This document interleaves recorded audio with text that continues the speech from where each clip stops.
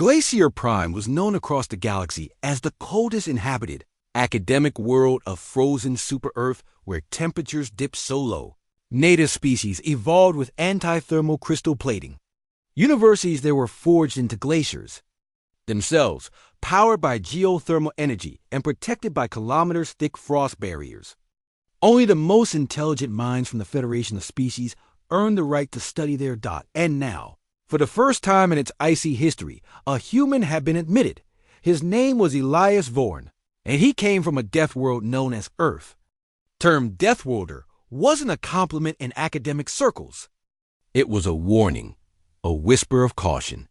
Deathworlders were seen as dangerously adaptable, frighteningly resilient, and, worst of all, utterly unpredictable. The professors at Glacier Prime University had reviewed Elias's file a dozen times, trying to understand how he had scored so high in xenophysics and exobiology. How did a species with Stone Age traditions just a few thousand years ago suddenly produce minds that could outpace the galaxy's best? But they had underestimated one thing. Humans didn't just adapt, they thrived where others feared to exist. Elias's arrival was uneventful at first. He wore the standard cold gear issued by the university: thermal weave boots, triple insulated coat, and heated gloves. He was quiet, observant, and asked more questions than he answered. He aced every test.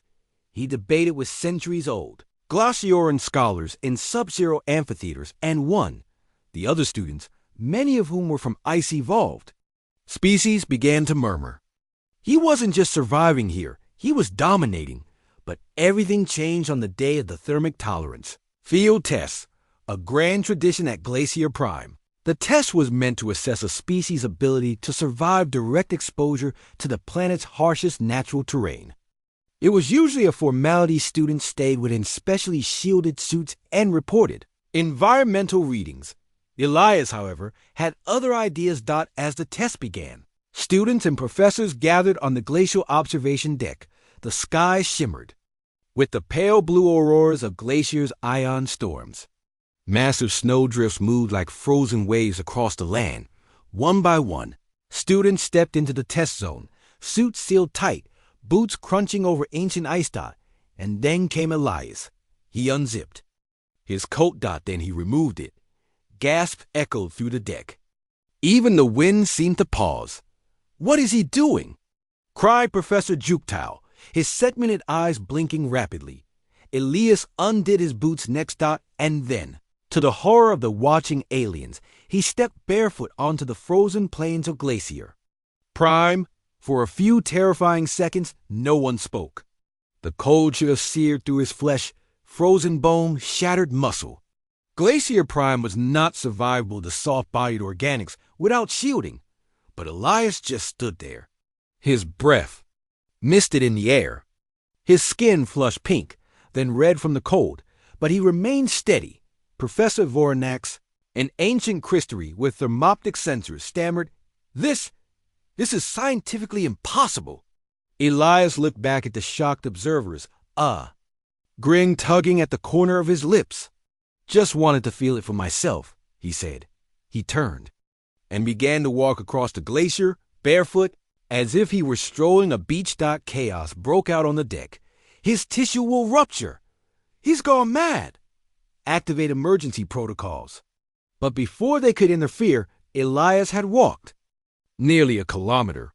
He stopped, knelt down, and pressed his bare palm against the ice. Smooth, ancient, layered over centuries. He muttered to himself. He stood again, walked back slowly, and put on his boots only when he returned to the observation deck. No words. No explanation. Just a nod. And he walked off, leaving stunned professors in his wake.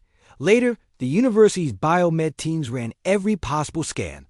Somehow, Elias's body had regulated itself. There was no frostbite, no cell damage, and his core temperature had remained stable. Theories were tossed around like falling snow. Was he genetically enhanced? Was Earth's environmental brutality this extreme? Or was there something deeper, something about human willpower itself? Professor Juktau summarized it best in his report to the Federation. we invited a Deathworlder to study science. We now realize we are the ones being studied.